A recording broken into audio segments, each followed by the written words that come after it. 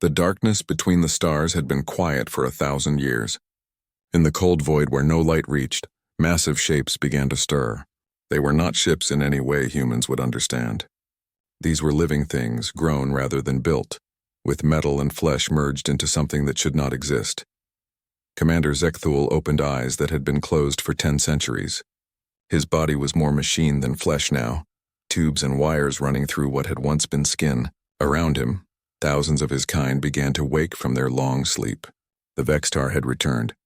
The first world they chose was far from Earth, a blue planet called Kepler 442b. The people there had never known war.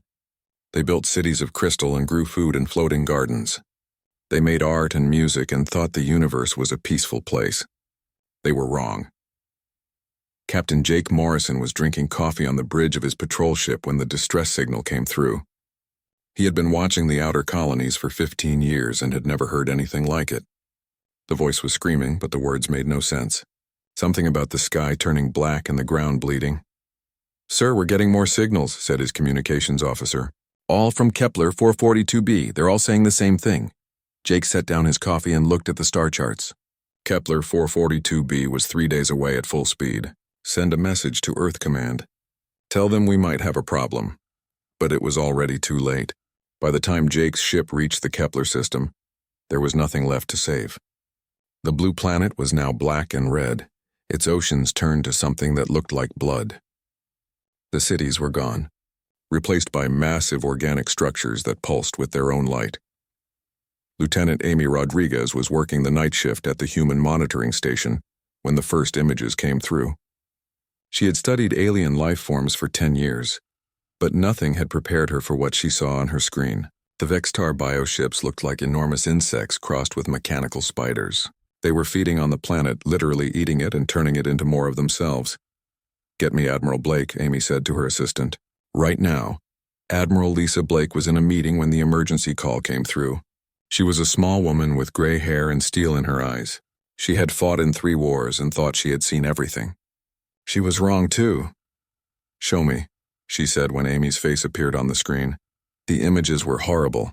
The Vextar had not just destroyed the planet. They had changed it. Where cities once stood, there were now living buildings that moved and breathed. The survivors, if there were any, had been taken into these structures. No one knew what happened to them after that. "How many ships?" Blake asked. "We count at least 200 in the first wave," Amy replied. "But Admiral, there's something else. We're getting signals from other systems. The same kind of distress calls." Blake felt ice form in her stomach. "How many other systems?" 17 so far, and the number is growing. The Vextar moved like a plague across the galaxy. Each world they touched became like them, twisted and changed into something that served their hunger. They had no interest in talking or making deals.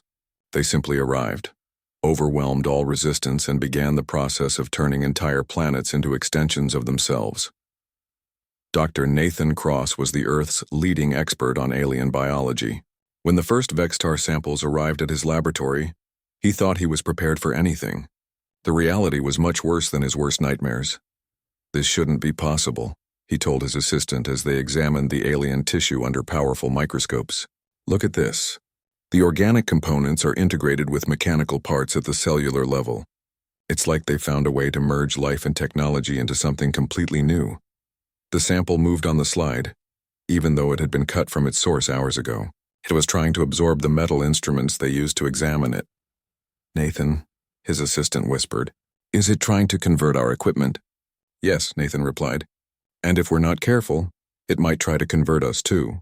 Captain Kelly Murphy commanded the research vessel Horizon. She was tough and smart, with 15 years of deep space experience. Her job was to study what remained of the conquered worlds and try to find some weakness in the Vextar forces. What she found instead was evidence of a horror beyond imagination. The Vextar didn't just kill their enemies, they transformed them. Entire populations were absorbed into the alien biostructures, their minds linked to the Vextar collective consciousness. They became part of the enemy that had destroyed their worlds. "Captain," her science officer reported, "we're receiving transmissions from the surface, but they're not distress calls." Kelly listened to the recordings. The voices were human, but they spoke in perfect unison. They talked about the beauty of joining the Vextar collective, about how wonderful it was to be part of something greater than themselves. Kelly ordered the ship to leave orbit immediately. Back on Earth, panic was starting to spread. The news networks showed the same terrible images over and over. World after world falling to the alien invasion. Ancient civilizations that had survived for thousands of years wiped out in hours. The Draknari had been famous throughout the galaxy as warriors without fear. They had weapons that could crack planets and shields that had never been broken. The Vextar destroyed them in 6 hours. The Zenthians were masters of technology. Their quantum computers could predict the future and their energy weapons could destroy anything. They lasted 2 days. "Sir," Amy Rodriguez reported to Admiral Blake, "we've lost contact with the Centauri Republic." Blake closed her eyes. The Centauri Republic had 12 worlds and a population of 40 billion people. If they had fallen, the Vextar were closer to Earth than anyone wanted to admit. "How long do we have?" Blake asked. Amy looked at her calculations. The Vextar were moving in a straight line toward the core systems where Earth and its closest allies were located. At their current speed, they would reach human space in less than 6 months. "Admiral," Amy said quietly, "I don't think our conventional weapons will work against them." "Nothing has worked so far," Blake nodded. She had been thinking the same thing. Humanity had fought many wars, but they had always been against enemies they could understand. The Vextar were something else entirely, something that challenged the very idea of what life could be. "Contact Project Prometheus," Blake ordered. "Tell them we need to accelerate the timeline. We may need that ship sooner than we thought." Amy had heard rumors about Project Prometheus, but she didn't know the details. It was supposed to be humanity's secret weapon, built using alien technology recovered from dead civilizations, but it had never been tested in real combat. "Admiral," Amy said, "what if it doesn't work?" Blake looked out the window at the stars. Somewhere out there, the Vextar were coming. They had destroyed everything in their path, and they showed no signs of slowing down. "Then we'll find another way," Blake said. "Humans always do." 3 months passed like a nightmare that never ended. Every day brought news of another world falling to the Vextar invasion. The aliens moved through space like a disease, leaving nothing but twisted organic matter where once there had been civilizations. Dr. Nathan Cross had not slept properly in weeks. His laboratory on the research station had become a place of horrors. Every day brought new samples from the conquered worlds, each one worse than the last. The Vextar were not just destroying life. They were changing it into something that served their needs. "Look at this," he told Captain Kelly Murphy as she visited his lab. He pointed to a sample under the microscope. "This used to be a Draknari warrior. You can still see traces of their original DNA, but it's been rewritten. The Vextar have turned them into a living weapon." Kelly looked at the twisted flesh on the slide.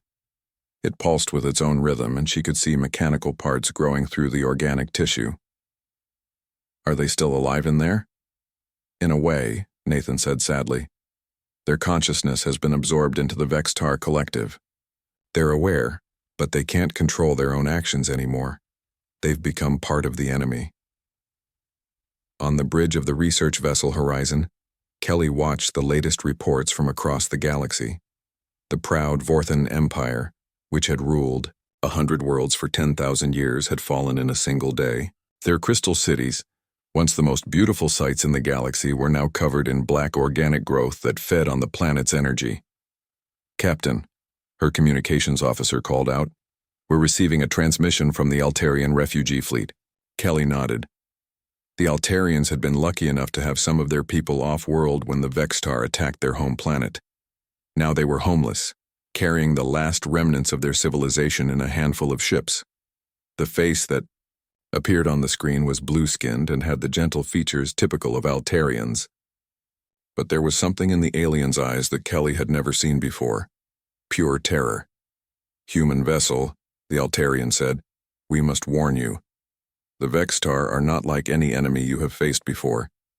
They do not seek to conquer in the way others do. They seek to absorb everything into themselves." "We know about the bioconversion process," Kelly replied. "Our scientists have been studying the samples." "No," the Altarian said, shaking his head. "You do not understand. The conversion is not just physical. They take the memories, the knowledge, the culture of every species they absorb. They become stronger with each world they take. They learn our tactics, our weaknesses, Our fears. Kelly felt cold. If the Altarian was right, then every world the Vextar conquered made them more dangerous. They were not just destroying civilizations. They were stealing everything that made those civilizations unique. Meanwhile, on Earth, Admiral Lisa Blake was dealing with panic on a scale never seen before. The news of each fallen world sent shockwaves through human space. Civilian populations were demanding evacuation to the outer colonies, but Blake knew that running would not help.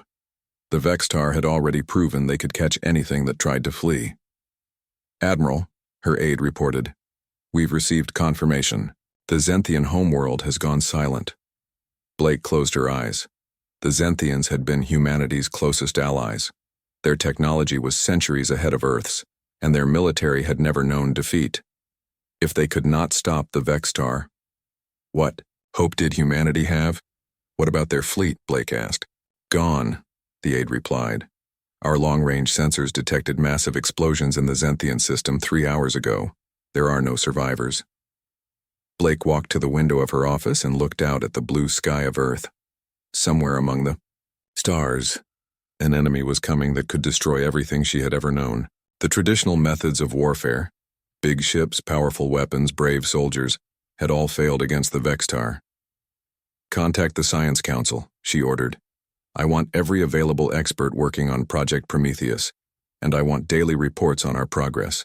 Captain Susan Walsh commanded the heavy cruiser UES Defiant, one of humanity's most powerful warships. She was stationed at the edge of human space, watching for the first signs of the Vextar advance. Her crew of 800 was the best Earth could offer, but Walsh knew they would not be enough. "Captain," her tactical officer reported, "we're detecting gravitational anomalies in the Beta Centauri system. Something big is coming through hyperspace."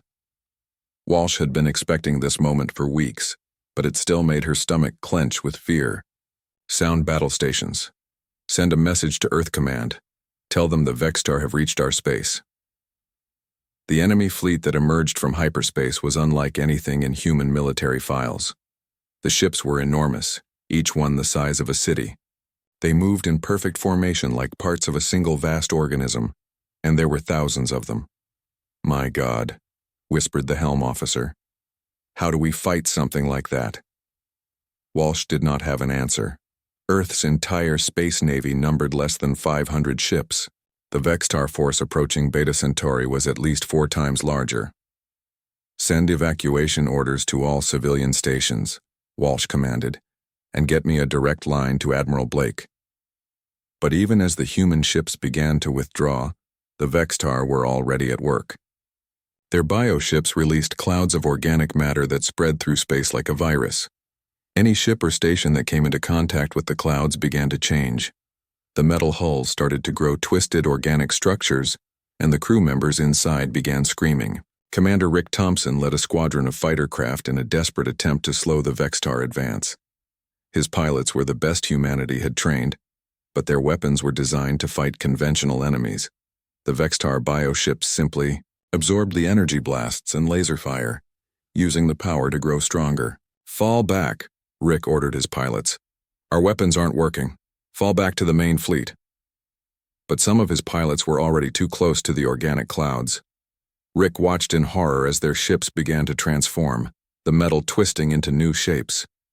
The pilots inside were still alive, but they were no longer human. The Vextar had claimed them. Dr. Nathan Cross was analyzing the latest data when he made a discovery that chilled him to the bone. The Vextar were not just random destroyers. They had a plan. Each world they conquered added to their knowledge and abilities. They were learning about human technology, human tactics, human psychology. "They're preparing for us specifically," he told Admiral Blake during an emergency video conference. "Every ship they encounter, every person they absorb, gives them more information about how we think and fight." "How long do we have?" Blake asked. Nathan looked at his calculations. "Based on their current speed and the pattern of their attacks, they'll reach Earth in 4 months. Maybe less." Blake felt the weight of humanity's survival on her shoulders. Every conventional weapon had failed against the Vextar. Every alliance had crumbled. Every defense had been overrun. "Nathan," she said quietly, How close are we to completing Project Prometheus? The ship is ready for launch, Nathan replied. But Admiral, we don't know if it will work. The technology is untested. We're combining alien systems that were never meant to work together. It's the only chance we have, Blake said. Find me the best crew you can. People who can think outside normal military doctrine. People who can adapt to anything. As the Vextar continued their advance, the few remaining free worlds began to panic.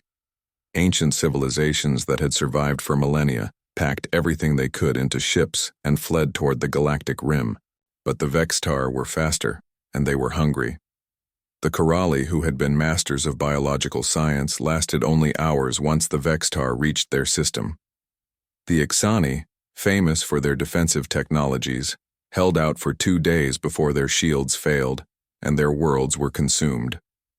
Kelly Murphy watched it all from the bridge of the horizon. Her job was to document the fall of galactic civilization, to record what was happening so that someone, somewhere, might learn from it. But with each world that fell, she wondered if there would be anyone left to read her reports. Captain, her science officer said, I'm detecting something different about the latest Vextar formations. They're moving more efficiently than before. Their attack patterns are more sophisticated. Kelly nodded grimly. The enemy was learning, from each victory, becoming more dangerous with every world they consumed. Soon they would reach human space with all the knowledge and technology of a dozen conquered civilizations. Send everything we have to Earth Command, she ordered. Every bit of data, every tactical analysis, every observation. If humanity is going to survive, they'll need to know exactly what they're fighting. But even as Kelly sent her reports, she wondered if it would make any difference. The Vextar had destroyed civilizations far more advanced than Earth. They had absorbed the knowledge of species that had mastered technologies humans could barely understand. What could one species do against an enemy that had proven unstoppable? The answer would have to come soon, because the Vextar were almost at the gates of human space, and they were bringing with them the combined power of every world they had devoured. The evacuation of Beta Centauri began at dawn. General Marcus Kane stood on the observation deck of the orbital station, watching as transport ships loaded with families and children lifted off from the planet below. 12 million people called this world home, and now they had less than 72 hours to leave everything behind. Sir, his aide reported, the last civilian transports are clearing the atmosphere. The Vextar fleet will be here in 18 hours. Kane nodded without taking his eyes off the planet. Beta Centauri had been humanity's proudest colony, a world of green forests and clean oceans where people had built a peaceful life among the stars. Soon it would be another twisted nightmare like all the others. What's the status of our defensive fleet? Kane asked. Every available ship in human space is converging on this system, the aide replied. 347 vessels, including the full Earth Defense Force. Kane almost smiled at that. The largest human fleet ever assembled, and it was still less than a quarter the size of the Vextar force heading toward them. But humans had always been outnumbered in their wars. It had never stopped them from fighting. Commander Rick Thompson was in the pilot ready room, briefing his squadron for what everyone knew would be the most important battle in human history. The pilots around him were young and scared, but they were also the best Earth had trained. Listen up, Rick said, pointing to the tactical display. We know our conventional weapons don't work well against Vextar bioships, but we've got new intel from Dr. Cross. The organic hulls have a weakness. They need time to adapt to different types of damage. He switched to a new image showing the alien ship structure. If we hit them fast with multiple weapon types at once, we can overwhelm their adaptive systems. It won't destroy them, but it might slow them down long enough for the main fleet to get in close. A young pilot raised her hand. Sir, what about those organic clouds? The ones that change our ships? Rick's expression darkened. Stay away from them.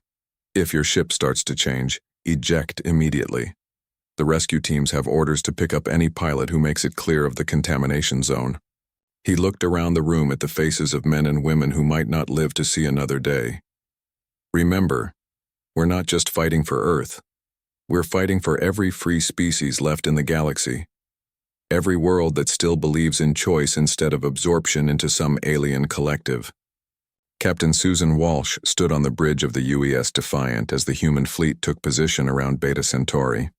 She had fought in 3 wars, and had never felt the kind of fear that was spreading through her crew. This was different from any enemy they had faced before. "Captain," her tactical officer reported, "we're detecting the Vextar fleet at the edge of the system. My God, there are thousands of them." Walsh activated the fleet communication system. "All ships, this is Walsh on the Defiant. Remember your training. Stay in formation, watch your spacing, and don't let those organic clouds touch you." The Vextar fleet emerged from hyperspace like a plague of mechanical locusts. The bioships were even more horrible up close, their hulls pulsing with veins of energy and organic matter. They moved in perfect coordination, as if controlled by a single mind. "Target the lead ships," Walsh ordered. "All weapons, full power." The human fleet opened fire with everything they had: laser cannons, particle beams, kinetic projectiles, and fusion torpedoes lit up space between the opposing forces. For a moment, Walsh felt hope as she saw explosions blooming along the hulls of the enemy ships, but the hope died quickly. The Vextar bioships began to adapt. The holes torn in their hulls sealed themselves within seconds. The energy weapons that had caused damage suddenly became ineffective as the alien ships changed their hull composition to absorb the attacks. "They're learning from our weapons in real time," the tactical officer reported with horror in his voice. Rick Thompson led his fighters in a desperate attack run against the Vextar formation. His pilots followed the new tactics, hitting each bioship with multiple weapon types simultaneously. The strategy worked for a few precious minutes, causing visible damage to the alien hulls. "It's working," Rick called to his squadron. "Keep switching weapon types. Don't let them adapt." But the Vextar were learning faster than the humans could adapt their tactics. Within an hour of battle, the alien ships had figured out how to counter even the mixed weapon attacks. Worse, they began releasing those horrible organic clouds. Rick watched in horror as one of his pilots, Lieutenant Sam Parker, flew too close to a cloud. Sam's fighter began to change, its metal hull sprouting organic growths. Sam's voice came over the radio, screaming at first, then suddenly calm. "Rick," Sam said in a voice that was no longer entirely his own, "you should join us. It's wonderful here. No more fear, no more pain. Just unity with something greater." Rick ordered the fleet to destroy Sam's corrupted fighter before it could spread the contamination. It was one of the hardest decisions he had ever made. The battle raged for 6 hours, but the outcome was never really in doubt. The human fleet fought with courage and skill, but they were fighting an enemy that could adapt to any attack and turn their own weapons against them. One by one, human ships fell to the Vextar bioweapons. Captain Walsh watched her tactical display as the human formation began to collapse. Ships were being destroyed or corrupted faster than they could withdraw. The Defiant itself was taking heavy damage, its hull scarred by alien weapons that ate through metal like acid. "Captain," her communications officer called out, "we're receiving a direct transmission from the Vextar fleet." Walsh was surprised. The aliens had never tried to communicate before. "Put it on screen." The image that appeared was horrifying. It was Commander Zekthal, but he was barely recognizable as a living being. Tubes and wires ran through his flesh, and his eyes glowed with an unnatural light.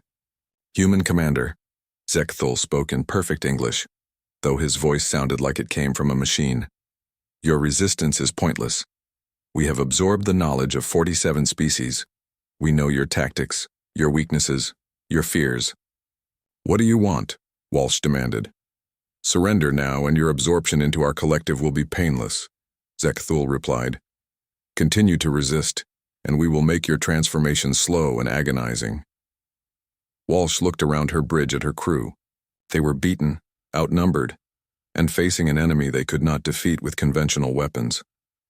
But they were still human. "Go to hell," she told the alien commander, and cut the transmission. Back on Earth, Admiral Blake watched the battle through long-range sensors. The human fleet was being systematically destroyed just as every other fleet that had faced the Vextar. But the sacrifice was buying time for humanity's last desperate gamble.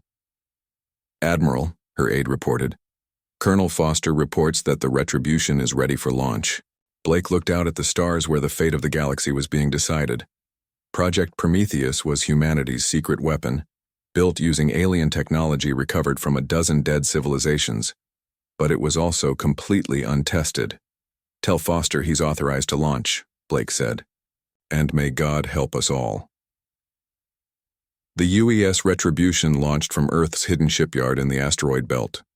Unlike any human vessel ever built, it looked like something from a nightmare or a dream. Its hull was a mixture of metal and organic components, borrowed from species that no longer existed. Its weapons were based on technologies that human scientists barely understood. Colonel Danny Foster stood on the bridge of the strange ship and felt it respond to his thoughts through bio-neural interfaces salvaged from the conquered worlds.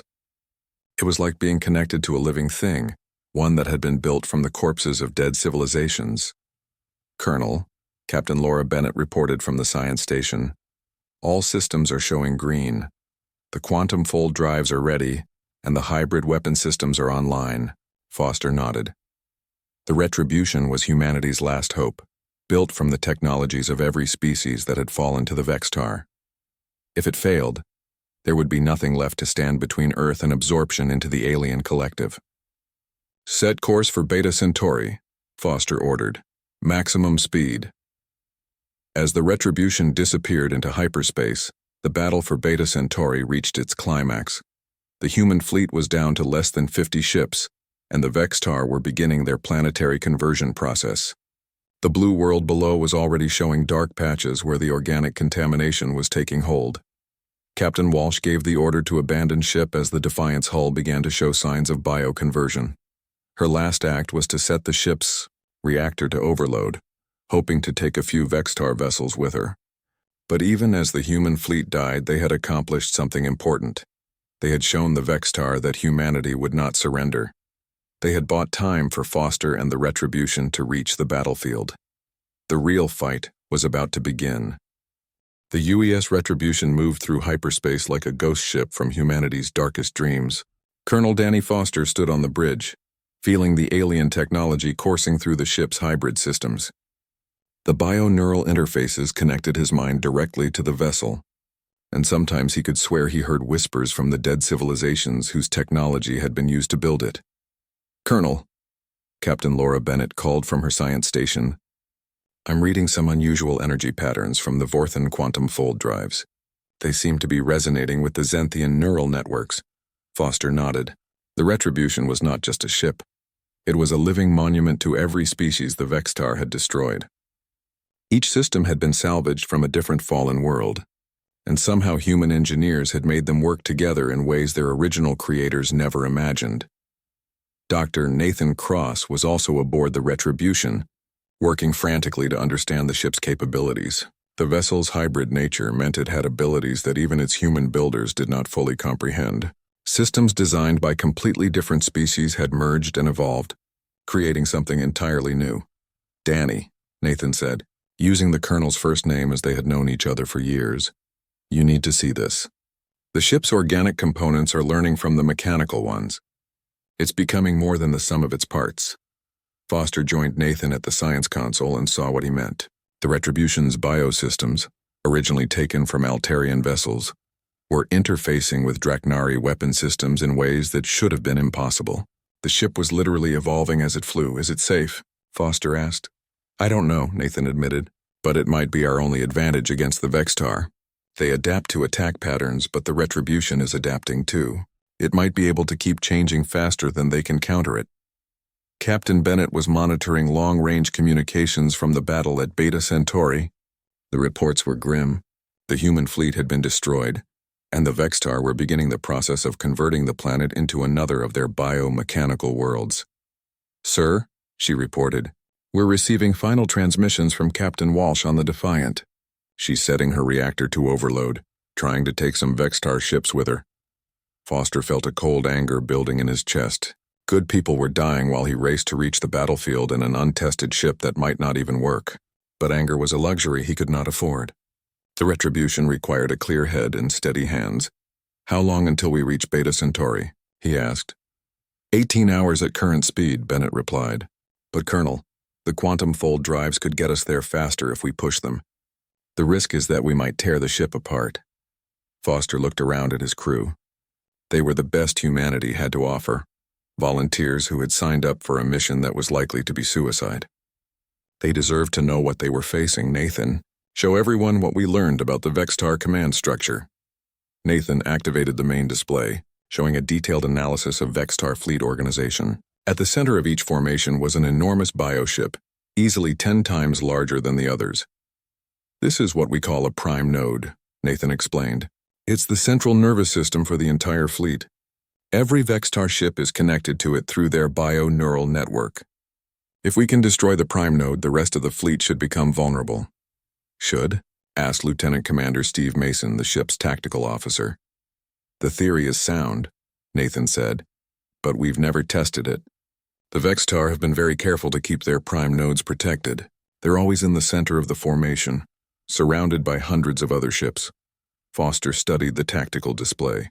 The prime node was heavily defended, and the Retribution would have to fight through the entire Vextar fleet to reach it. Even with their hybrid technology, the odds were terrible. There's another problem, Nathan continued. The prime node isn't just a command ship. It's a living creature, possibly thousands of years old. It's the source of the Vextar collective consciousness. Destroying it won't just cripple their fleet. It might kill every Vextar in the galaxy. The bridge fell silent as the crew absorbed this information. They were not just trying to win a battle, but possibly committing genocide against an entire species. Sir, Bennett said quietly, is that something we can live with? Foster thought about the billions of people who had already died, the entire civilizations that had been absorbed into the Vextar collective. He thought about Earth, where children were growing up in the shadow of an approaching nightmare. They made their choice when they started this war, he said finally. Now we make ours. As the Retribution raced toward Beta Centauri, its hybrid systems continued to evolve. The ship's artificial intelligence, based on Corelli biocomputers, began learning from combat data transmitted by the dying human fleet. It analyzed every Vexitar attack pattern and began developing countermeasures. Colonel, Bennett reported with amazement in her voice, the ship is rewriting its own weapon systems. The Altarian biotechnology is adapting the Draknari plasma cannons to fire in frequencies that should disrupt Vextar biohulls. Will it work? Foster asked. Unknown, sir. But the ship seems confident it will. Foster was getting used to the strange sensation of piloting a vessel that was partially alive. The Retribution responded to his thoughts and emotions in ways that conventional ships never could. Sometimes he felt like he was not commanding the ship so much as collaborating with it. The final approach to Beta Centauri required careful planning. The Retribution stealth systems, based on technology from 3 different species, made it nearly invisible to conventional sensors. But the Vextar had absorbed the knowledge of dozens of civilizations, and their detection methods were constantly evolving. We'll drop out of hyperspace at the edge of the system, Foster explained to his crew. The stealth system should keep us hidden long enough to analyze the Vextar formation and plan our attack. And if they detect us? Mason asked. Then we fight our way through. Foster replied simply. Dr. Nathan Cross was making final adjustments to the ship's weapon systems when he made a disturbing discovery. The Retribution's biocomponents were not just adapting, they were growing. The ship was literally becoming larger and more complex as it prepared for battle. Danny, he called Foster over to his station. Look at this. The ship's organic systems are incorporating raw materials from the mechanical components. It's like it's preparing to transform itself. Foster watched the display showing the ship's internal structure. The bio-neural networks were spreading through systems that had originally been purely mechanical. The boundary between organic and technological was disappearing entirely. Is it dangerous? Foster asked. I don't know, Nathan admitted. But I think the ship is preparing for something we haven't anticipated. It's like it knows something we don't. Captain Bennett was monitoring communications from Earth when she received a priority message from Admiral Blake. The news was not good. Vextar scout forces had been detected at the edge of human space. The main fleet would reach Earth in less than 2 months. Sir, she told Foster, Earth Command is asking for a status report. They want to know if we'll be ready in time.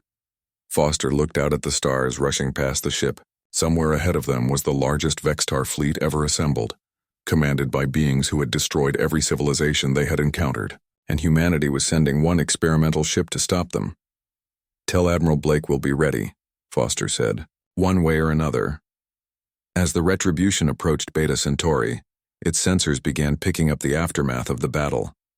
Space was filled with the debris of human ships and the twisted remains of partially converted vessels. The Vextar had won completely, and they were already beginning to transform the planet below. "My God," Bennett whispered as the images came through. "Look what they've done to the colony." Beta Centauri, once a world of green forests and blue oceans, was now covered with black organic structures. The cities had been consumed and replaced with pulsing biomechanical complexes. The very air seemed to be alive, writhing with microscopic organisms that served the Vextar Collective. "Sir," Mason reported from the tactical station, "I'm counting over 4,000 Vextar ships in the system, and that's just what our sensors can detect. There could be twice that many." Foster nodded grimly. The enemy fleet was even larger than expected, but at the center of the formation, surrounded by hundreds of bioships, was their target, the prime node. "Nathan," Foster said, "are the weapon systems ready?" "As ready as they'll ever be," Nathan replied. "But Danny, I have to warn you. Once we attack, there's no going back. The ship's biosystems are telling me that this will be a one-way mission." Foster looked around at his crew one last time. They were about to attempt something that had never been tried before, using a ship that was as much alien as human against an enemy that had never been defeated. "Then we'd better make it count," he said. The UES Retribution dropped out of hyperspace at the edge of the Beta Centauri system, like a predator entering a feeding ground.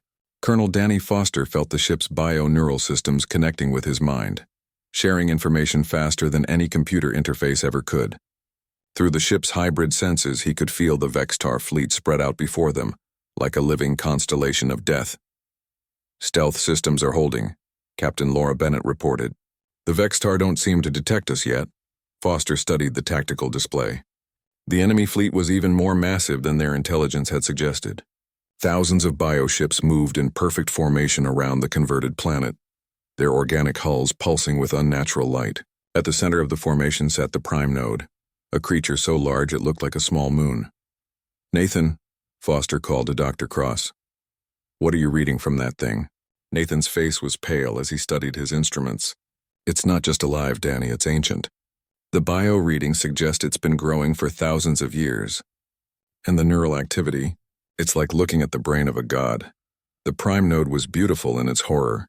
Its surface was covered with organic structures that looked like cities, but cities designed by an intelligence that had never been human. Veins of energy ran through its hull like a circulatory system, and massive sensory organs the size of buildings tracked the movement of every ship in the system. "Sir," Lieutenant Commander Steve Mason reported from the tactical station, "the ship's artificial intelligence is recommending an attack pattern. It wants to strike from multiple angles simultaneously, using the hybrid weapons and combinations the Vextar have never seen." Foster nodded. The Retribution had been designed to fight in ways no conventional ship could match. Its weapons systems, borrowed from a dozen dead civilizations, could adapt and change faster than any purely mechanical system. "All crew, prepare for combat," Foster announced over the ship's communication system. "Remember, we're not just fighting for Earth. We're fighting for every species that ever chose freedom over absorption into someone else's collective consciousness." The Retribution began its attack run, its stealth systems keeping it invisible as it closed with the outer edge of the Vextar formation. The ship's bio-neural networks were alive with activity as they analyzed every enemy vessel, looking for weaknesses and vulnerabilities. When the first Vextar ship exploded, the aliens finally realized they were under attack, but by then it was too late to stop what Foster had set in motion. The Retribution's weapons were unlike anything the Vextar had encountered before. Plasma cannons designed by the Dreknari fired in frequencies that disrupted biomolecular bonds. Quantum torpedoes based on Vorthon technology tore holes in spacetime itself. Neural disruptors from the fallen Altarians attacked the collective consciousness that linked all Vextar ships together. "It's working," Bennett called out with excitement. "Their biohulls can't adapt fast enough. The ship is changing weapon frequencies faster than they can counter." But the Vextar were not helpless. As soon as they understood they were under attack, Thousands of bioships turned toward the Retribution with deadly purpose. The space around the human vessel erupted with organic projectiles and bioenergy beams. Foster felt the ship taking damage, but the hybrid hull was already beginning to repair itself. The Altarian biotechnology absorbed energy from the Vextar weapons and used it to strengthen the ship's defenses. Meanwhile, the Draknari military systems analyzed each attack and developed countermeasures in real time. "We're taking heavy fire," Mason reported, "but the ship is adapting. Hull strength holding at 80%. The battle became a deadly dance as the single human vessel weaved through the Vextar formation. The Retribution was outnumbered thousands to one, but its hybrid nature made it unpredictable. Every time the aliens adapted to one attack pattern, the ship would shift to another combination of technologies they had never seen before. "Nathan," Foster called out as the ship shuddered under enemy fire. "How close are we to the prime node?" 2,000 kilometers in closing, Nathan replied. "But Danny, the ship's biosystems are telling me something. They want to make direct contact with that thing." Foster felt a chill run down his spine. The ship's organic components had been growing more active as they approached the Vextar command center. Sometimes he could swear he heard voices whispering in languages that had been dead for centuries. Commander Zekthul, aboard the massive prime node, felt something he had not experienced in 1,000 years. Fear. The human ship was tearing through his fleet with weapons that should not exist. Worse, its hybrid nature reminded him of something he had tried to forget, the time when the Vextar had been more than just a collective consciousness devoted to consumption. "All ships," Zekthul commanded, "converge on the human vessel. It must not reach the prime node." But even as hundreds of Vextar bioships moved to intercept the Retribution, Foster was already inside their defensive perimeter. The ship's quantum fold drive, salvaged from Vorthon exploration vessels, allowed it to make small jumps through space that no conventional weapon could track. "Sir," Bennett reported, "we're within weapons range of the prime node, but I'm reading something strange. The ship wants to dock with it, not destroy it." Foster felt the bioneural interfaces in his mind, pulling him toward a course of action he did not understand. The ship's organic systems were responding to something in the prime node, some signal or recognition that went beyond mere tactical considerations. "Nathan," Foster said urgently, "what's happening to the ship?" Nathan was staring at his readouts in amazement. "The Retribution's biocomponents are the same base genetic material as the Vextar. They're recognizing each other. Danny, I think the ship wants to attempt a neural link with the prime node." "Is that possible?" Foster asked. "Theoretically, yes," Nathan replied, "but the risk is enormous. If the prime node overwhelms our biosystems, the ship could be absorbed into the Vextar collective." Foster looked out at the massive creature that served as the enemy's command center.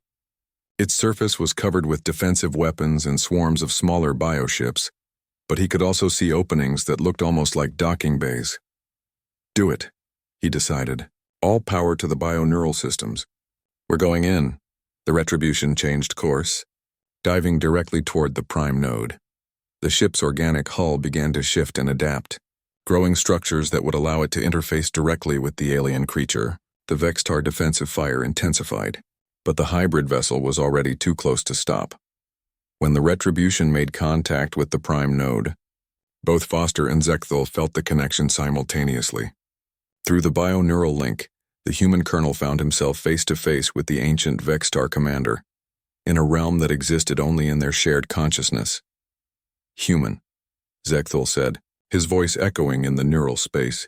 "You do not understand what you are doing. We are eternal. We have consumed civilization since before your species learned to make fire." "Maybe," Foster replied, feeling the strength of the ship's hybrid systems supporting him. "But you forgot something important. You forgot what it means to choose." Around them in the neural space, Foster could sense the consciousness of every being the Vextar had ever absorbed. Millions of souls trapped in the collective, their individual thoughts and memories preserved but powerless to act on their own behalf. "All these people," Foster said, gesturing to the trapped minds around them, "they didn't choose to join you. You forced them. You stole their freedom and made them part of something they never wanted to be." "Freedom is chaos," Zekthul replied. "Unity is order. We brought peace to the galaxy. You brought death," Foster said. "But now they have a choice. Through the Retribution's bioneural systems, Foster began broadcasting a message to every absorbed consciousness in the prime node. It was not words, but something deeper. The simple concept of choice, of individual will, of the right to decide one's own fate. The effect was immediate and catastrophic for the Vextar Collective. Millions of absorbed minds, given their first taste of individual thought in centuries, began to remember what they had been before their absorption. They began to choose. Zekthul screamed as the collective consciousness that had sustained him for 1,000 years began to tear itself apart. The absorbed minds were rejecting the neural links that bound them to the Vextar Collective, choosing individual death over collective slavery. "What have you done?" Zekthul demanded. "I gave them back their freedom," Foster replied. "Something you never understood. People will choose death over slavery every time." The prime node began to convulse as its bioneural networks collapsed.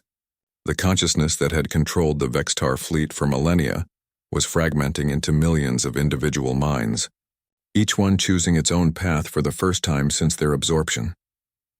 Throughout the Vextar fleet, the effects were immediate.